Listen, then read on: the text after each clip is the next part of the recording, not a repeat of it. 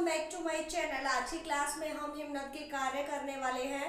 जो हिमनद है वो क्या होता है, सबसे पहले ये जान लेते हैं और फिर इसके कार्यों के बारे में बात करेंगे कि हिमनद जो है किस प्रकार की आकृतियां बनाता है। तो सबसे पहले देखते हैं कि हिमनद क्या है।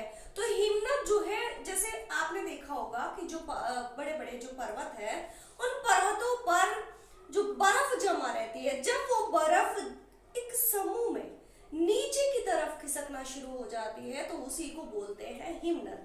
मतलब आप ये कह सकते हो कि बर्फ का बहुत ज्यादा मात्रा में नीचे की तरफ खिसकना हिमनद कहलाता है। और ये जो हिमनद है, ये जो बर्फ खिसकी है, इसका प्रमुख कारण होता है गुरुत्व।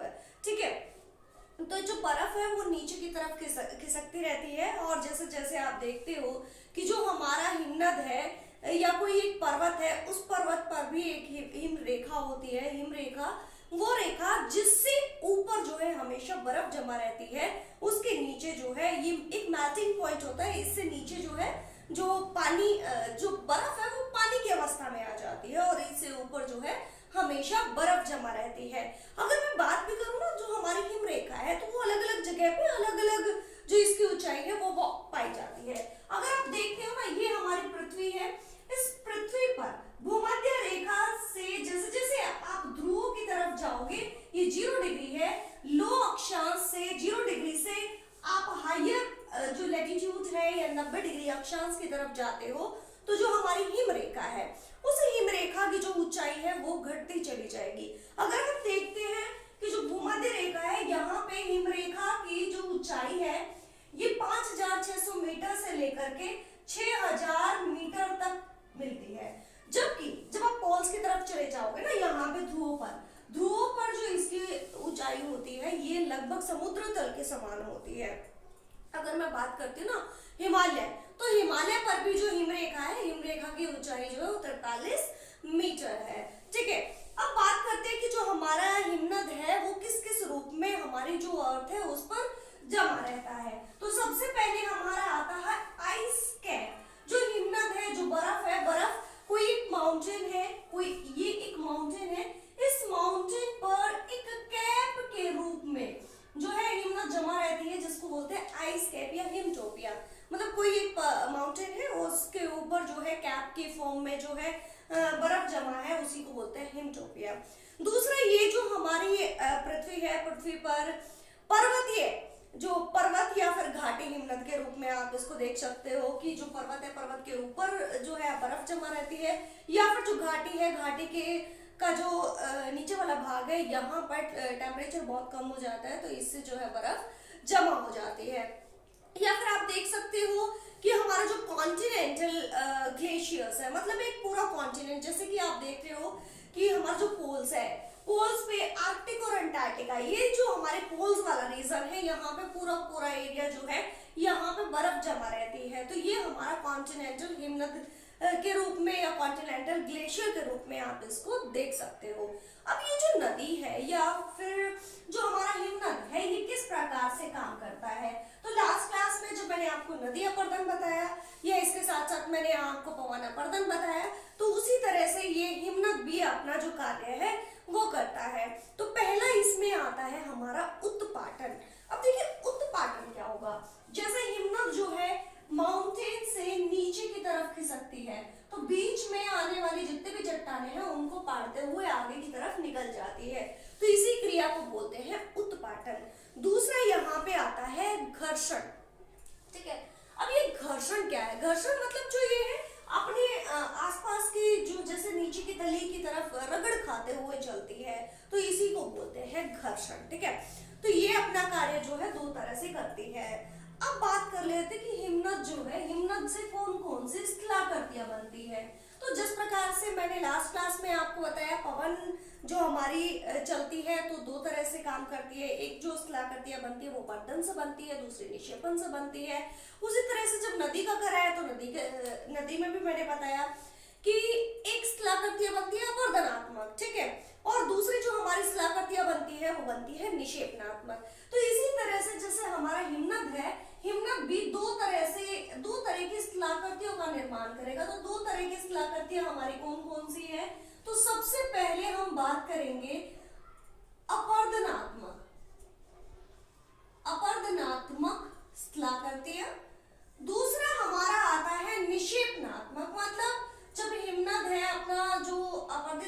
सामग्री है उसको आगे नहीं ले जा पाती है तो उसको निक्षेपण करना उसका शुरू कर देती है। तो इस तरह से जो हमारी आकृतियां बनेगी वो बनेगी निक्षेपणात्मक आकृति या निक्षेपण से बनी आकृतियां। तो हिमनद से बनी अपरदन से बनने वाली स्थलाकृतियों में पहली जो हमारी स्थलाकृतियां आती है वो आती है you shape valley. You shape valley. तो ये जो यू शेप वैली है ये कैसे बनती है? अब देखिए यहाँ पे दो चीजें समझना, U shape valley plus hanging valley. Hanging valley, V आकार की घाटी और लटकती घाटी, तो दोनों को एक ही साथ समझ लेते हैं। देखिए जब हमारा हिमनद जो है पर्वतीय भाग से नीचे की तरफ आता है तो ये अपनी घाटी को लगातार जो है काटता हुआ चलता है। तो इस तरह से हमारी जो एक आकृति बनती है तो ये बनती है यू, जो अंग्रेजी का जो यू है इस यू अक्षर की तरह ये दिखाई देती है। ठीक है, ये नीचे वाला हिस्सा जो है इसको इन्होंने काट दिया है और ये जो पार्श्व अपरदन है वहां पे ज्यादा हुआ है तो ये यू आकार की घाटी बनती है। ठीक है, इसी के साथ साथ हैंगिंग वैली आप देख लीजिए, जैसे ये यू आकार की घाटी हमारी बनी तो यहाँ से जब नदी आगे की तरफ प्रवाहित हो रही है तो दूसरी तरफ से इसकी कोई सहायक हिमनद जो है इसमें आकर मिलता है। ठीक है, तो यहाँ से जब इसमें कोई हिमनद आके मिलेगा तो यहाँ पे नीचे वाले हिस्से का जो तली है उस तली का अपरदन कर देगा। तो देखने में ऐसे प्रतीत होता है कि कोई एक घाटी जो है वो लटकती हुई सी है। ठीक है, तो नीचे वाला भाग जो है यहाँ का कटाव भी बहुत ज्यादा हो जाता है और एक ये लटकती घाटी का निर्माण यहाँ पे होता है। ठीक है, तो ये दो स्थलाकृतियां हो गई हमारी यू शेप वैली और वी शेप हैंगिंग वैली। चलिए हैंगिंग वैली के बाद हमारा आता है सर्ग। अब ये सर्ग कैसे बनता है? तो सर्ग जो होता है ना, ये सर्ग कैसे बनता है? सर्ग देखिए जो हमारी ये कोई एक माउंटेन है, माउंटेन का जो है ये हमारा कोई माउंटेन है, इस माउंटेन का ये वाला भाग जो है यहाँ पे मतलब नीचे वाला जो हिस्सा है इस भाग का बहुत ज्यादा अपरदन हो जाता है और अपरदन होने से जैसे एक आरामदायक कुर्सी होती है ना, इस आरामदायक कुर्सी की तरह से जो है एक स्थलाकृति का निर्माण होता है और ये जो स्थलाकृति है इसी को बोलते हैं हम सर्ग। सर्ग। अब देखिए क्योंकि यहाँ पे बर्फ जमा है, जब इस सर्ग की जो बर्फ है वो पिघल जाएगी तो यहाँ पे इस हिस्से में एक झील का निर्माण हो जाएगा। ये जो हिस्सा है यहाँ पे झील का निर्माण हो जाएगा और इसी झील को बोलते हैं टॉन झील। टॉन झील। ठीक है, ध्यान रखना कि आरामदायक कुर्सी जब बनती है मतलब यहाँ से बर्फ जो है नीचे वाले भाग को काट देती है और आरामदायक कुर्सी की तरह प्रतीत होती है तो उसको बोलते हैं सर्ग। और जब सर्ग के अंदर की बर्फ पिघल जाती है तो उसको बोलते हैं टॉन झील। अब इन्हीं दोनों के साथ साथ हम समझ लेते हैं हॉर्न को। तो देखिए जब बहुत सारे कोई एक माउंटेन है, माउंटेन के चारों तरफ बहुत सारे जब सर्ग बन जाते हैं तो इसके ऊपर वाला जो भाग है ये नुकीली शेप में आ जाता है। जैसे ये सर्ग है, यहाँ भी सर्ग बन गया, यहाँ भी सर्ग बन गया, आगे की तरफ भी सर्ग बन गया और पीछे भी। तो यहाँ पे एक नुकीली चोटी बन जाएगी और इसी चोटी को बोलते हैं हॉर्न। ठीक है, तो ये जब किसी एक माउंटेन के चारों तरफ बहुत सारे सर्ग बन जाएंगे तो ऊपर वाली जो चोटी है वो नुकीली शेप में आ जाएगी, लेकिन यहाँ पे हिमनद जमा होता है और इसी भाग को बोलते हैं हॉर्न। अब देखिए हॉर्न से ही हमारा नुनाटक बनता है क्योंकि इस हॉर्न पर क्या होता है, बर्फ जमा होती है और जब ये बर्फ जो है ये बर्फ पिघल जाएगी। ठीक है, क्योंकि यहाँ पे बर्फ जमा है, जब वो बर्फ पिघल जाएगी तो इसमें एक जो हमारी ऊंचा सा टीला है उस टीले की आकृति यहाँ पे हमें मिलेगी और वो टीले की आकृति ही हमारी क्या कहलाती है, नुनाटक कहलाती है। तो कौन कौन सी आकृतियां हमारी हो गई है? V shape valley, hanging valley, सर्ग, टॉन झील, हॉर्न, फिर हमारी बनती है नुनाटक। अब ये जो नुनाटक है, नुनाटक आपने देख लिया किस तरह से बनती है। नुनाटक के बाद में अब देखते हैं अरेत कैसे बनती है। ठीक है, अब अरेत जो है ये बनती है, अरेत भी हमारी इसी तरह से बनती है, लेकिन इसमें यहाँ पे एक हमने माउंटेन की बात की, लेकिन जो हमारा कोम होता है ना, कोम के आपने देखे होंगे जो दांते होते हैं, तो उसी तरह से नुकीली आकृतियां बनती है। देखिए इस तरह से ये हमारी सर्क बन गया और ऊपर जो है हॉर्न, और फिर ऐसे नुकीली आकृति हमारी जो है वो बनती है, और इस नुकीली आकृति को ही बोला जाता है क्या, अरेत। ठीक है, ध्यान रखना, हॉर्न हो गया हमारा, सर्क हो गया, टर्न चील, इसके बाद हमारी जो आकृति आती है ये है अरेत। ठीक है, अब अरेत के बाद कौन सी आकृति बनती है, अरेत के बाद हमारी बनती है निवेशिका गर्त। ये ध्यान रखना, निवेशिका गर्त, निवेशिका गर्त। अब ये निवेशिका गर्त कैसे बनती है, अब देखिए जो हमारा माउंटेन है ना, इस माउंटेन पर बर्फ जमा रहती है। ठीक है, ये हमारा कोई माउंटेन है, इस माउंटेन पर जो है ऐसे बर्फ जमा है, और जब ये बर्फ जो है पिघल जाएगी और यहाँ पे एक बड़ी सी दरार बन जाएगी, यहाँ से जो बर्फ है बर्फ पिघलेगी और यहाँ पे एक बड़ी सी दीवार बन जाएगी, सॉरी बड़ी सी एक दरार बन जाएगी, और वो जो दरार है उसी को बोलते हैं हम निवेशिका गर्त। ठीक है, अब देखिए निवेशिका गर्त के अगर आप यहाँ पे आकृति देखोगे तो वो बनती है हमारी भेड़ पीठ सेल। अब भेड़ पीठ सेल कैसे बनती है, तो भेड़ पीठ सेल में आप देखोगे ना, जो हमारा हिमनद है, हिमनद की तरफ, जैसे हिमनद का प्रवाह की दिशा है ना, हिमनद के प्रवाह की दिशा की तरफ मंद ढाल होगा। इसके अगर आप दूसरी तरफ देखोगे तो यहाँ पे जो ढाल है वो तीव्र ढाल होता है, और यहाँ पे आप देखोगे कि जो हमारा आकृति है कुछ इस तरह से प्रतीत होगी जैसे कोई भेड़ बैठी है। तो यहाँ देखिए जो हमारी भेड़ पीठ सेल है ये कैसे बनेगी, तो भेड़ पीठ सेल में देखिए भेड़ पीठ सेल, या तो इसको आप कह लो भेड़ पीठ सेल, या फिर इसको रोश मोटाने भी कहते हैं। ठीक है, तो यहाँ पे ये कोई एक पहाड़ी है, इसका ये भाग जो है यहाँ पे मंद गति से जो अपर्दन है, ढाल बहुत मंद होता है, अपर्दन बहुत कम होता है, जबकि इसके विपरीत मतलब इसके पीछे वाला जो हिस्सा है यहाँ पे जो अपर्दन है वो बहुत तीव्र होता है, और देखने पर जो है कुछ इस प्रकार की आकृति यहाँ पे हमारे सामने आती है, जिस तरह से कोई भेड़ बैठी हो। तो ये सामने वाला जो हिस्सा है यहाँ पे मंद ढाल होता है, जबकि यहाँ पे जो है तीव्र ढाल होता है। तो इस तरह से हमारी जो आकृति बनती है वो होती है भेड़ पीठ सेल।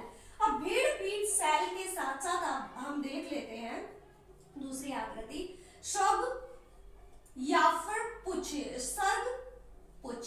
तो सर्ग पुच्छ क्या होगा, सर्ग पुच्छ में देखिए श्रग मतलब सामने वाला, जैसे हमारा हिमनद है ना, हिमनद अभी भेड़ पीठ सेल की देखी, सामने वाला जो ढाल था वो मंद था, पीछे वाला ढाल तीव्र था, जबकि श्रग में क्या होगा, श्रग में होगा सामने वाला जो ढाल है वो एकदम से खड़ा और तीखा होता है, जबकि पीछे वाला जो ढाल है वो हमारा जो है मंद होता है।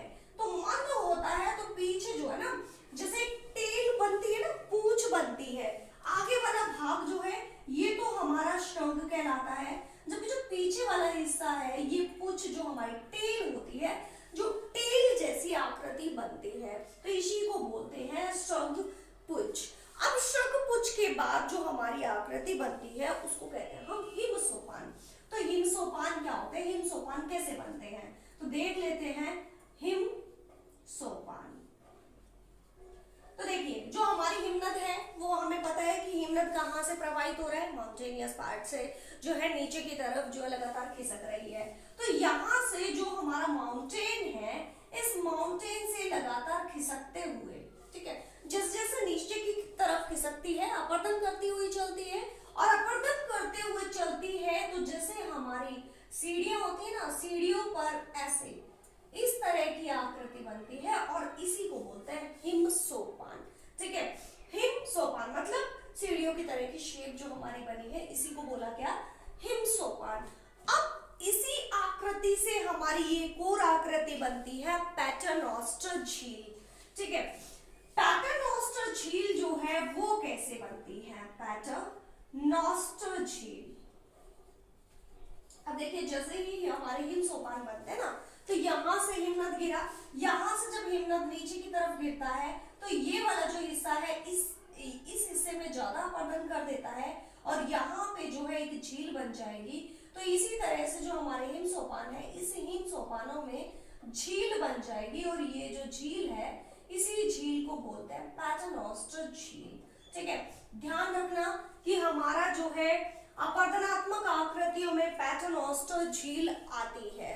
ठीक है, इसके बाद जो हमारी आकृति बनती है वो बनती है फ्रियोड। तो फ्रियोड कैसे बनते हैं? तो फ्रियोड हमारी जो है ना, जैसे अगर आप उच्च अक्षांशों की तरफ जाते हो, जैसे हमारा नॉर्वे हुआ, स्वीडन हुआ, जो फ्रियोड है ना ये नॉर्वे का फेमस है। तो यहाँ पे आप देखोगे जो हमारा सागरीय तल है, सागरीय तल की तरफ एक जो है हमारा हिमनदी है, जलमग्न हिमानीकृत जो भाग होता है उसी को बोलते हैं हम फ्रियोड, और जिसकी जो दीवारें होती है वो खड़ी होती है। ठीक है, तो ये हमारी स्थलाकृतियां हैं हिमनद से बनने वाली जो अपर्दनात्मक स्थलाकृतियां है। तो अपर्दनात्मक स्थलाकृतियों में हमने कौन कौन सी देखी?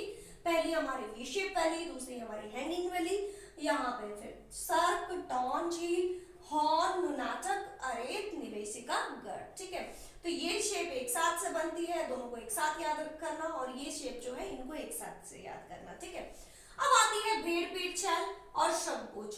भेड़ पीठ सेल का एकदम से अपोजिट होता है शंकुज, और फिर हिम सोपान के साथ ध्यान रखना है आपको पैटर्नोस्टर झील, और फिर आती है हमारी फ्रियोड। तो ये थी अपर्दनात्मक स्थलाकृतियां। तो इसी के साथ जो है हम अपनी आगे करते हैं निक्षेपणात्मक स्थलाकृतियां। तो निक्षेपणात्मक स्थलाकृतियों में कौन कौन सी स्थलाकृतियां बनती है? तो यहाँ पे हमारी जो पहली स्थलाकृति आती है वो आती है ड्रमलीन। तो यहाँ पे हमारी बनती है ड्रमलीन। अब ये जो ड्रमलीन है, जैसे आप देखोगे ना उल्टी नाव करके जैसे रख दी गई हो, तो इसकी जो शेप होती है वो उल्टी नाव की तरह होती है, ऐसे जैसे कि बहुत सारी उल्टी नाव है, और देखने में दूर से जब आप देखते हो ना तो इस तरह से प्रतीत होती है कि एक टोकरी के अंदर बहुत सारे अंडे रख दिए गए हैं।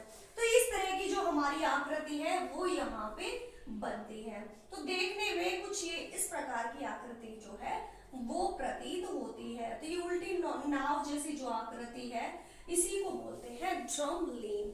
अब ड्रमलीन के साथ साथ हमारी जो नेक्स्ट जो लैंडफॉर्म्स आती है तो उसमें हम देखते हैं एस्कर। एस्कर कैसे बनेगी? तो एस्कर जो है ना, जैसे हमारी जो हिम नदी है वो आगे की तरफ जलभार को, या आप देखोगे कि जो हिमोड़ है हिमोड़ को बहुत आगे की तरफ नहीं ले जा पाती है। तो ये कुछ इस प्रकार से, जैसे हमारा ये जो हमारा धरातलीय भाग है इस पे इस हिमोड़ का जो हमारा वर्धित पदार्थ है उसको कुछ इस प्रकार से बिछाना शुरू कर देगी, और जो हमारा स्थल है स्थल पे कुछ ऐसी गांठें दिखाई देंगी। तो ये जो गांठें इस प्रकार की जो आकृति है वही क्या कहलाती है? एस्कर। अभी मैंने आपको बोला हिमोड़, तो ये हिमोड़ भी हमारी निक्षेपणात्मक आकृतियों में ही आती है। तो ये हिमोड़ क्या होता है? हिमोड़ देखिए, जब हमारी जो नदी है हिमनद है, सॉरी, जब ये हिमनद पर्वतों से नीचे की तरफ उतरता है, पर्वतों से उतरेगा तो यहाँ पे अपर्दन करेगा।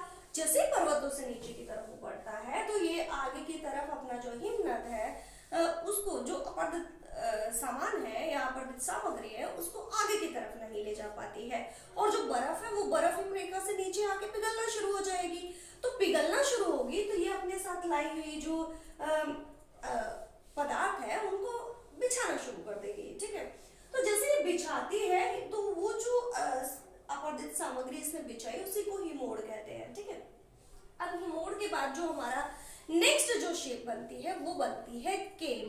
देखिए केम जो है ना, जैसे नदी है हिमनद है, हिमनद के अग्रभाग में जो हमारा हिम पिघलने से कुछ जो मलबा है, या जिसको मैं बार बार अपर्दित सामग्री कह रही हूँ, तो ये जो मलबा है इसका निक्षेप कर देती है। ये जो निक्षेप हुआ इसी को बोलते हैं केम। ठीक है, जो नदी है हिमनद है वो अपने हिमनद की जो हिमनद है वो पिघल गया, पिघलने के बाद जो हिमनद की जो आगे वाला हिस्सा है उस पर जो मलबे का है निक्षेप कर देती है। तो ये आकृति हमारी कहलाती है केम। अब केम के बाद जो हमारी नेक्स्ट शेप बनती है, नेक्स्ट जो स्थलाकृतियां बनती है वो आती है हमक। अब ये जो हमक है ये कैसे बनती है? देखिए केम तो हमारा जो है उभरे हुए से टीले होते हैं, जैसे निक्षेपण कर दिया वहां पे जमा होता चला गया। अब हमक क्या होता है? हमक जो है ये एक गर्त होती है। गर्त कैसे? जैसे यहाँ पे तो जमाव किया, लेकिन यहाँ पे जो है लगातार क्या हो गया, जैसे जमाव किया बट यहाँ पे हिम पिघलने से छोटी छोटी जो दरारें हैं या छोटे छोटे ऐसे खड्डे से बन जाते हैं, और ये जो गर्त है इसी को बोलते हैं हमक। ठीक है, अब हमक के बाद हमारी यहाँ पे आती है नेक्स्ट जो स्थलाकृति आती है वो आती है वार्व की। अब देखिए ये स्थलाकृति आपके लिए नई होगी, है ना, तो निक्षेपण में जो है स्थलाकृति ये आपके लिए नई होगी। नई कैसे होगी अब जान लेते हैं क्या होती है। वार्व जो है ना, ये जैसे आप देखोगे कि हिमानी होती है, तो ये हिमानी के द्वारा लाए गए निक्षेप है, ठीक है। और जब ये निक्षेप किसी एक झील में जमा हो जाए जाके, मतलब जो हमारी हिमानी है, हिमानी निक्षेप लाई है, निक्षेपों को किसी एक झील में जमा कर देगी, तो ये जो झील है इसी झील को बोलते हैं हम वार्व झील, ठीक है। तो ये बात आपको ध्यान रखनी है। तो निक्षेपणात्मक स्थलाकृतियों में हमारी पहली जो शेप बनती है वो ड्रमली जैसे आपकी उल्टी नाव है, ठीक है, अंडे की टोकरी के समान। एस्पर जब ये छोटी छोटी गांठों के रूप में हिमोड़ का जमाव कर देगी, और जब हिमोड़ मतलब नदी जो है हिमनद जो है वो पिघल जाएगा और निक्षेपना जो अपने साथ जो अपरदित सामग्री लाई है या मलबा लाई है उसका निक्षेप कर देगी। अब केम क्या होती है कि जो हमारी नदी आगे की तरफ बढ़ रही है तो अपने अग्रभाग में हिमोड़ का निक्षेप कर देगी। अब हमक नीचे की तरफ जो है, जैसे हमारी हिमनद निकली और जो इसमें बर्फ थी वो पिघल गई है, छोटी छोटी गर्तें बन गई है। वार्व झील, जब हिमनद जो है हिमोड़ लाई है, उस हिमोड़ का जमाव जब किसी झील में कर दे तो उसी को बोलते हैं हम वार्व झील, ठीक है, या वार्व इसको बोलते हैं। तो इसी तरह से हमारी जो स्थलाकृतियां हैं, हिमनद से बनने वाली स्थलाकृतियां, ये कंप्लीट होती है।